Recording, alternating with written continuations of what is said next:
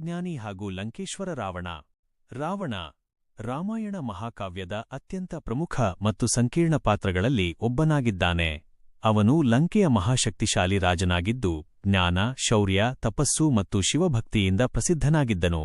ರಾವಣನ ಜೀವನವು ಒಳ್ಳೆಯ ಗುಣಗಳು ಮತ್ತು ದುರ್ಗುಣಗಳ ಮಿಶ್ರಣವಾಗಿದ್ದು, ಅವನ ಕಥೆ ಭಾರತೀಯ ಸಂಸ್ಕೃತಿಯಲ್ಲಿ ಮಹತ್ವದ ಸ್ಥಾನವನ್ನು ಪಡೆದಿದೆ.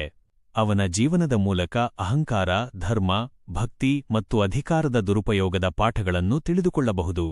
ರಾವಣನು ಮಹರ್ಷಿ ವಿಶ್ರವ ಮತ್ತು ಕೈಕಸಿ ದಂಪತಿಯ ಪುತ್ರನಾಗಿದ್ದನು. ಮಹರ್ಷಿ ವಿಶ್ರವನು ಬ್ರಹ್ಮನ ವಂಶಸ್ಥನಾಗಿದ್ದರಿಂದ ರಾವಣನು ಬ್ರಾಹ್ಮಣ ಕುಲದಲ್ಲಿ ಜನಿಸಿದ್ದನೆಂದು ಹೇಳಲಾಗುತ್ತದೆ. ಕೈಕಸಿ ರಾಕ್ಷಸ ವಂಶಕ್ಕೆ ಸೇರಿದವಳಾಗಿದ್ದಳು. ಈ ಕಾರಣದಿಂದ ರಾವಣನಲ್ಲಿ ಬ್ರಾಹ್ಮಣರ ಜ್ಞಾನ ಮತ್ತು ರಾಕ್ಷಸರ ಶಕ್ತಿ ಎರಡೂ ಸೇರಿಕೊಂಡಿದ್ದವು. ಅವನಿಗೆ ಕುಂಭಕರ್ಣ, ವಿಭೀಷಣ ಮತ್ತು ಶೂರ್ಪಣಖೆ ಎಂಬ ಸಹೋದರರೂ ಇದ್ದರು. ವಿಭೀಷಣನು ಧರ್ಮನಿಷ್ಠನಾಗಿದ್ದರೆ ಕುಂಭಕರ್ಣನು ಅಪಾರ ಬಲಶಾಲಿಯಾಗಿದ್ದನು. ರಾವಣನು ಬಾಲ್ಯದಿಂದಲೇ ಬಹಳ ಬುದ್ಧಿವಂತ ಮತ್ತು ವಿದ್ಯಾವಂತನಾಗಿದ್ದನು. ಅವನು 4 ವೇದಗಳು, 6 ಶಾಸ್ತ್ರಗಳು, ಸಂಗೀತ, ಜ್ಯೋತಿಷ್ಯ, ಆಯುರ್ವೇದ ಮತ್ತು ಯುದ್ಧಕಲೆಗಳಲ್ಲಿ ಪರಿಣತಿಯನ್ನು ಪಡೆದಿದ್ದನು. ಅವನು ವೀಣೆಯನ್ನು ಅತ್ಯಂತ ಸುಂದರವಾಗಿ ವಾದಿಸುತ್ತಿದ್ದನೆಂದು ಪುರಾಣಗಳಲ್ಲಿ ಉಲ್ಲೇಖಿಸಲಾಗಿದೆ. ಅವನು ಮಹಾಶಿವಭಕ್ತನಾಗಿದ್ದು, ಭಗವಾನ್ ಶಿವನ ಆರಾಧನೆಗಾಗಿ ಕಠಿಣ ತಪಸ್ಸು ಮಾಡಿದನು. ತನ್ನ ತಪಸ್ಸಿನಿಂದ ಬ್ರಹ್ಮದೇವರನ್ನು ಸಂತೋಷಪಡಿಸಿ ಅನೇಕ ವರಗಳನ್ನು ಪಡೆದನು. ದೇವತೆಗಳು, ಯಕ್ಷರು ಮತ್ತು ರಾಕ್ಷಸರಿಂದ ತಾನು ಅಜೇಯನಾಗಿರಬೇಕು ಎಂದು ಅವನು ವರ ಕೇಳಿದನು. ಆದರೆ ಮಾನವರನ್ನು ಅಲ್ಪಶಕ್ತಿಯವರಾಗಿ ಕಂಡ ಕಾರಣ ಅವರಿಂದ ಅಪಾಯವಿಲ್ಲವೆಂದು ಭಾವಿಸಿ ಮಾನವರ ವಿರುದ್ಧ ವರ ಕೇಳಲಿಲ್ಲ. ಇದೇ ಮುಂದೆ ಅವನ ಪತನಕ್ಕೆ ಕಾರಣವಾಯಿತು. ರಾವಣನಿಗೆ 10 ತಲೆಗಳಿದ್ದವು ಎಂದು ರಾಮಾಯಣದಲ್ಲಿ ಹೇಳಲಾಗಿದೆ. ಆದ್ದರಿಂದ ಅವನನ್ನು ದಶಾನನ ಎಂದು ಕರೆಯಲಾಗುತ್ತದೆ. ಈ 10 ತಲೆಗಳು ಅವನ ಅಪಾರ ಜ್ಞಾನ ಮತ್ತು 10 ವಿಧದ ಚಿಂತನೆಗಳ ಸಂಕೇತವೆಂದು ಹೇಳಲಾಗುತ್ತದೆ. ರಾವಣನು ಕೇವಲ ಬಲಶಾಲಿಯಲ್ಲ, ಒಬ್ಬ ಮಹಾನ್ ಆಡಳಿತಗಾರನಾಗಿಯೂ ಪ್ರಸಿದ್ಧನಾಗಿದ್ದನು. ಅವನ ಆಡಳಿತದ ಲಂಕಾ ರಾಜ್ಯವು ಅತ್ಯಂತ ಶ್ರೀಮಂತ ಮತ್ತು ವೈಭವಶಾಲಿಯಾಗಿತ್ತು. ಲಂಕೆಯನ್ನು ಚಿನ್ನದ ನಗರಿ ಎಂದು ಕರೆಯಲಾಗುತ್ತಿತ್ತು. ಅಲ್ಲಿ ಉತ್ತಮ ರಸ್ತೆಗಳು, ಅರಮನೆಗಳು ಮತ್ತು ಸಮೃದ್ಧ ಆರ್ಥಿಕ ವ್ಯವಸ್ಥೆ ಇತ್ತು. ರಾವಣನು ತನ್ನ ಶಕ್ತಿಯಿಂದ ದೇವತೆಗಳನ್ನು ಸೋಲಿಸಿ 3 ಲೋಕಗಳಲ್ಲಿಯೂ ಭೀತಿ ಹುಟ್ಟಿಸಿದ್ದನು. ಅವನು ಇಂದ್ರನನ್ನೂ ಸೋಲಿಸಿದ್ದನೆಂದು ಪುರಾಣಗಳು ಹೇಳುತ್ತವೆ.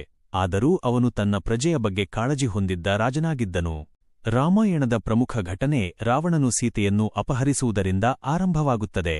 ಶೂರ್ಪಣಖೆ ರಾಮ ಮತ್ತು ಲಕ್ಷ್ಮಣರಿಂದ ಅವಮಾನಿತಳಾದ ನಂತರ ಪ್ರತೀಕಾರದ ಭಾವದಿಂದ ರಾವಣನ ಬಳಿ ಹೋಗಿ ಸೀತೆಯ ಸೌಂದರ್ಯದ ಬಗ್ಗೆ ಹೇಳಿದಳು. ಇದರಿಂದ ಮೋಹಗೊಂಡ ರಾವಣನು ಮಾರೀಚನ ಸಹಾಯದಿಂದ ಚಿನ್ನದ ಜಿಂಕೆ ಯುಕ್ತಿಯನ್ನು ರೂಪಿಸಿದನು. ರಾಮ ಮತ್ತು ಲಕ್ಷ್ಮಣರು ಅರಣ್ಯದಿಂದ ದೂರವಾದಾಗ ರಾವಣನು ಸನ್ಯಾಸಿಯ ರೂಪದಲ್ಲಿ ಬಂದು ಸೀತೆಯನ್ನು ಅಪಹರಿಸಿ ಲಂಕೆಗೆ ಕರೆದುಕೊಂಡು ಹೋದನು. ಸೀತೆಯನ್ನು ಅಶೋಕವನದಲ್ಲಿ ಇರಿಸಿದರೂ ರಾವಣನು ಅವಳನ್ನು ಬಲವಂತವಾಗಿ ಸ್ಪರ್ಶಿಸಲಿಲ್ಲ ಎಂದು ರಾಮಾಯಣದಲ್ಲಿ ಉಲ್ಲೇಖಿಸಲಾಗಿದೆ. ಅವನು ಸೀತೆಯನ್ನು ತನ್ನ ರಾಣಿಯಾಗಲು ಒಪ್ಪಿಸಲು ಪ್ರಯತ್ನಿಸಿದನು. ವಿಭೀಷಣ ಮತ್ತು ಅನೇಕ ಮಂತ್ರಿಗಳು ಸೀತೆಯನ್ನು ಮರಳಿ ಕಳುಹಿಸುವಂತೆ ಸಲಹೆ ನೀಡಿದರೂ ರಾವಣನು ತನ್ನ ಅಹಂಕಾರದಿಂದ ಆ ಮಾತನ್ನು ಕೇಳಲಿಲ್ಲ. ಸೀತೆಯನ್ನು ರಕ್ಷಿಸಲು ರಾಮನೂ ವಾನರ ಸೇನೆ ಮತ್ತು ಹನುಮಂತನ ಸಹಾಯದಿಂದ ಲಂಕೆಯ ಮೇಲೆ ಯುದ್ಧ ಘೋಷಿಸಿದನು. ಹನುಮಂತನು ಲಂಕೆಗೆ ಹೋಗಿ ಸೀತೆಯನ್ನು ಕಂಡು ರಾಮನ ಸಂದೇಶ ನೀಡಿದನು. ನಂತರ ರಾಮಸೇನೆ ಸಮುದ್ರದ ಮೇಲೆ ಸೇತುವೆ ನಿರ್ಮಿಸಿ ಲಂಕೆಗೆ ಪ್ರವೇಶಿಸಿತು. ರಾಮ ಮತ್ತು ರಾವಣನ ನಡುವೆ ಭೀಕರ ಯುದ್ಧ ನಡೆಯಿತು. ಈ ಯುದ್ಧದಲ್ಲಿ ಕುಂಭಕರ್ಣ, ಇಂದ್ರಜಿತ್ ಸೇರಿದಂತೆ ಅನೇಕ ಶೂರರು ಸಾವನ್ನಪ್ಪಿದರು. ರಾವಣನು ಅಪಾರ ಶಕ್ತಿಯ ಯೋಧನಾಗಿದ್ದರೂ ಕೊನೆಗೆ ರಾಮನ ಬಾಣಗಳಿಗೆ ಬಲಿಯಾದನು. ರಾಮನು ಬ್ರಹ್ಮಾಸ್ತ್ರವನ್ನು ಉಪಯೋಗಿಸಿ ರಾವಣನನ್ನು ಸಂಹರಿಸಿದನು. ರಾವಣನ ಮರಣವು ದುಷ್ಟತನದ ಮೇಲೆ ಧರ್ಮದ ವಿಜಯದ ಸಂಕೇತವಾಗಿ ಪರಿಗಣಿಸಲಾಗಿದೆ. ಆದರೆ ರಾವಣನ ವ್ಯಕ್ತಿತ್ವವನ್ನು ಕೇವಲ ದುಷ್ಟನಾಗಿ ಮಾತ್ರ ನೋಡುವುದು ಸರಿಯಲ್ಲ ಎಂದು ಹಲವರು ಅಭಿಪ್ರಾಯಪಡುತ್ತಾರೆ. ಅವನು ಮಹಾಜ್ಞಾನಿ, ತಪಸ್ವಿ, ಸಂಗೀತಗಾರ ಮತ್ತು ಶಿವಭಕ್ತನಾಗಿದ್ದನು. ಕೆಲವು ಪ್ರದೇಶಗಳಲ್ಲಿ ಜನರು ರಾವಣನನ್ನು ಗೌರವದಿಂದ ಕೂಡ ನೆನಪಿಸುತ್ತಾರೆ. ರಾವಣನ ಜೀವನವು ಮಾನವನ ಗುಣ ಮತ್ತು ದುರ್ಗುಣಗಳ ಪ್ರತಿಬಿಂಬವಾಗಿದೆ. ಅವನಲ್ಲಿ ಅಪಾರ ಜ್ಞಾನ ಮತ್ತು ಶಕ್ತಿಯಿದ್ದರೂ ಅಹಂಕಾರ ಮತ್ತು ಕಾಮಾಸಕ್ತಿ ಅವನ ಪತನಕ್ಕೆ ಕಾರಣವಾಯಿತು. ಇದರಿಂದ ಅಹಂಕಾರವು ನಾಶಕ್ಕೆ ದಾರಿ ಮಾಡುತ್ತದೆ ಎಂಬ ಮಹತ್ವದ ಸಂದೇಶ ಸಿಗುತ್ತದೆ.